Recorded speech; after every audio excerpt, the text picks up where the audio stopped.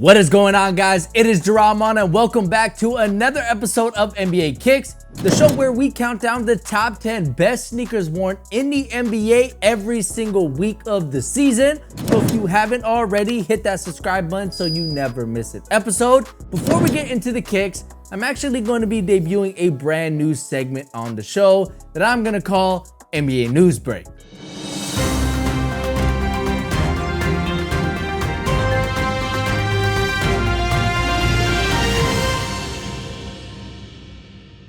Basically, I'm going to be handpicking a story from the NBA from last week and giving my opinion on it here on the show, as well as hopefully talking to you guys about it in the comment section below as well. So for our first news break, we got Steph Curry, who dropped a career high 62 points against the Portland Trail Blazers. But what's most interesting about this story is people were really doubting whether or not Steph was an elite NBA player, which is to me absolutely ridiculous. But people were really questioning whether or not Steph is actually good or just good because he plays with great players like Klay Thompson, who's injured, or Kevin Durant, who's not even on the Warriors anymore. So with this 62-point performance, I really think that Steph answered all of the doubters. But it really got me thinking, what is your personal career high? Like, what is the most amount of points that you have scored in a basketball game? Let me know in the comment section below. For me personally, I once scored 49 points in a rec league game, so that was a lot of fun. But let me know what your career high is in the comment section below. But now let's get to the kicks.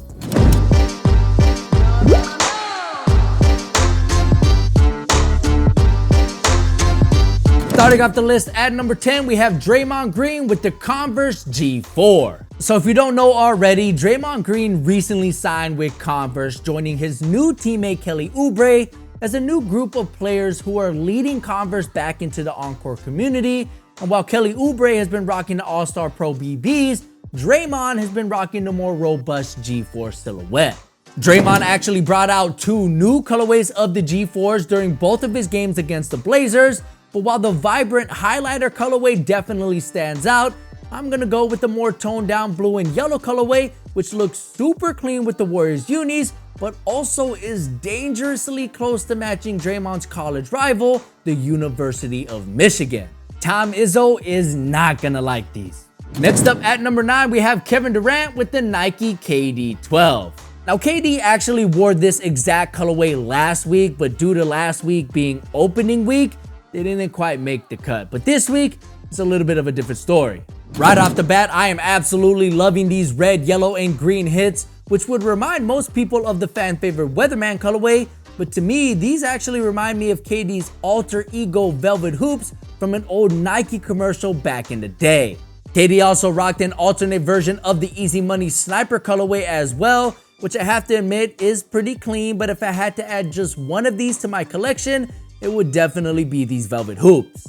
Next up at number 8, we got PJ Tucker with a rare pair of Air Jordan 5s. Now, PJ Tucker is royalty on NBA Kicks. Year after year, he rocks some of the rarest sneakers in the world, and this colorway of the Air Jordan 5 is no exception.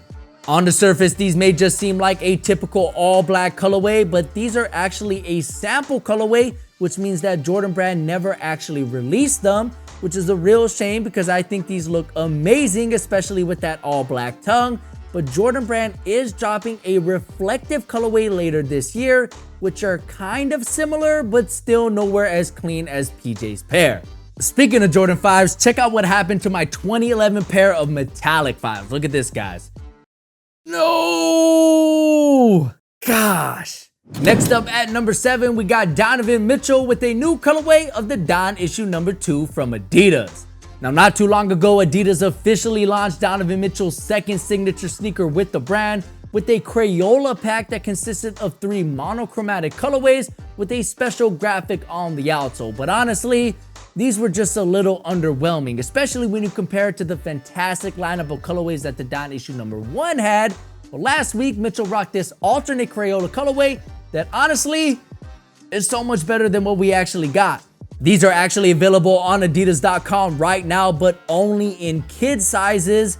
But seriously, Adidas should have just made these a part of the Crayola pack since they're much more interesting with a coloring style book upper, as well as their multicolored outsole, which is a nice contrast from the rest of the colorway.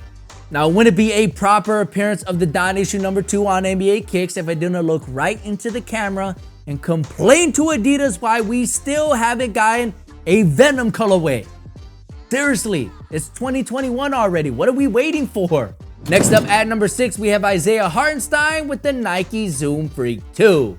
Now, this colorway of the Freak 2 is actually a custom colorway that not only looks great on the court, but was also created for a great cause.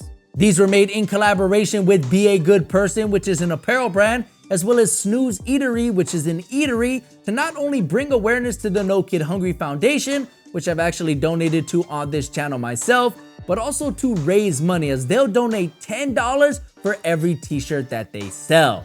As for the kicks, these are obviously one of the better colorways of the Freak 2 that we have ever seen, custom or not. So huge shout out to Ski Customs on IG for creating these. And also don't forget to check out the No Kid Hungry Foundation with the link in the description box below. Next up at number 6, we got Trey Lewis with the Nike Kobe 6. So one of the most iconic Kobe's of all time dropped a few weeks back, the Grinches. And while a few guys across the league did wear them, I decided to give Trey Lewis and his blue camo 6s a spot here because we haven't seen this colorway in a minute. While these might not be as coveted as something like the Grinches, they're still a solid colorway, and since I don't think Nike is going to be dropping these as a Pro model, they're kind of a relic from the past, which makes them super rare. So we got to award Trey Lewis for rocking something that we don't see very often, and we'll probably not see very much of moving forward. And yes, before you ask, I did try to pick up the Grinches, but no, I didn't get lucky on the sneakers app. So if you got lucky, please do not let me know in the comment section below, because I'm really not trying to feel jealous right now. You got them, didn't you? Now I'm jealous. Congratulations. Next up at number 4, we have Rui Hachimura with a player exclusive colorway of the Air Jordan 35. Wow, I don't know what it is, but Jordan Brand really loves Rui Hachimura. Last season, Jordan Brand hooked him up with one of the best player exclusive colorways of the 34s. And this season, Jordan Brand hooks him up with another amazing PE, which isn't quite as personal as his 34s, but are equally just as clean. The white, red, and navy blue color scheme is an all-time classic that we know, but the gum bottom and pearlescent Eclipse Plate 2.0 is what really sets these off. And I don't know about you guys, but I'm really starting to like the Jordan 35 visually the more I see them. And if Jordan Brand's gonna keep dropping killer PEs like this, it's gonna be hard not to consider them as the shoe of the season. Next up at number 3, we have Carmelo Anthony with another PE of the Air Jordan 35. All right, so last week we had a 3-way tie between Luka Doncic, Zion Williamson, and Jayson Tatum on who had the best Jordan 35 PE. But this week, we have another 3-way tie. We just saw Rui's PEs, but now we gotta take a look at Carmelo's. This PE is inspired by Carmelo's interest in wine with a deep red color scheme that is accompanied by a grape logo on the back of the heel, while Carmelo's signature logo returns on the tongue for a very nice splash of nostalgia. You guys already know that I am a sucker for monochromatic colorways, so these are already a plus in my book, but the different shades of red that Jordan Brand used here are just absolutely exquisite, and these are really one of the more classier PEs that we've seen in a long time. And they actually already have one of the best nicknames of a sneaker that I have seen in recent history, the Carmelos. Huh? Pretty good. Coming in as our runner-up this week, we have Jayson Tatum with another PE of the Air Jordan 35. Jayson Tatum makes it on back-to-back episodes with yet another PE of the Jordan 35, this time rocking some serious Celtic pride. Using that iconic green and gold color scheme alongside a black tongue and midsole, this colorway is definitely something that you'd find at the end of a rainbow, and also has JT's logo on the tongue, which is just the cherry on top. JT also wore a more muted green and black colorway, as well as kind of a white, black, green, and metallic gold colorway, but I think it's safe to say that this green one is clearly the best out of the bunch. Finally, at number 1, we have Steph Curry with the debut of the Under Armour Curry 8.